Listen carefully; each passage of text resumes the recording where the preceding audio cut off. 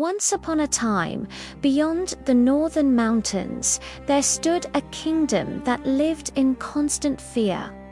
High above them, inside a jagged black mountain, lived a dragon. Not just any dragon, a dragon whose chest glowed with a strange golden light.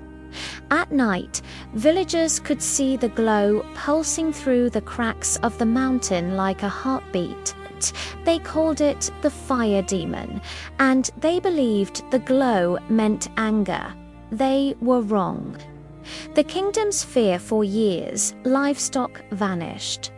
Smoke curled from the mountain, crops burned in strange fires. The king declared the dragon must be destroyed. Knights tried to climb the mountain. None returned. The glow in the dragon's chest burned brighter each year. Fear grew. Stories grew darker. Children were told, if you disobey, the dragon will come. The unexpected hero in a small cottage at the edge of the forest lived a girl named Liora. She was not a knight, not royal, not powerful, but she was curious. One night, when the dragon's chest glowed brighter than ever, she whispered, "That doesn't look like anger. It looks like pain." The next morning, while the kingdom prepared another army, Liora packed bread, water, and a small lantern. She climbed the mountain alone. The truth inside the cave was not filled with treasure. It was silent, cold. And when she reached the dragon, she did not find a monster roaring in rage. She found a giant creature curled in agony. The golden light in its chest flickered like a dying ember. The dragon's scales were cracked. A dark spear was lodged deep near its heart. The glow was not fire. It was something else. It was life. The first surprise, the dragon opened one massive eye. Instead of attacking, it spoke in a tired, ancient voice. "I have not burned your crops by choice. My pain bursts into flame. The fires, the destruction, they were not cruelty. They were suffering.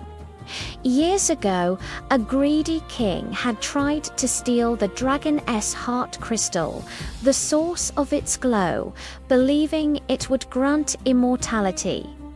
The dragon defended itself, but the spear, tipped with cursed metal, remained lodged near its heart. The glow was weakening, and if it went out, the dragon would die, and the mountain would collapse, destroying the kingdom below. The second surprise, Liora stepped closer. "You don't need a sword," she said softly. "You need help." The dragon's breath trembled. No human has come without a weapon. Carefully, bravely, Liora reached toward the spear. The metal burned her hands, but she did not stop.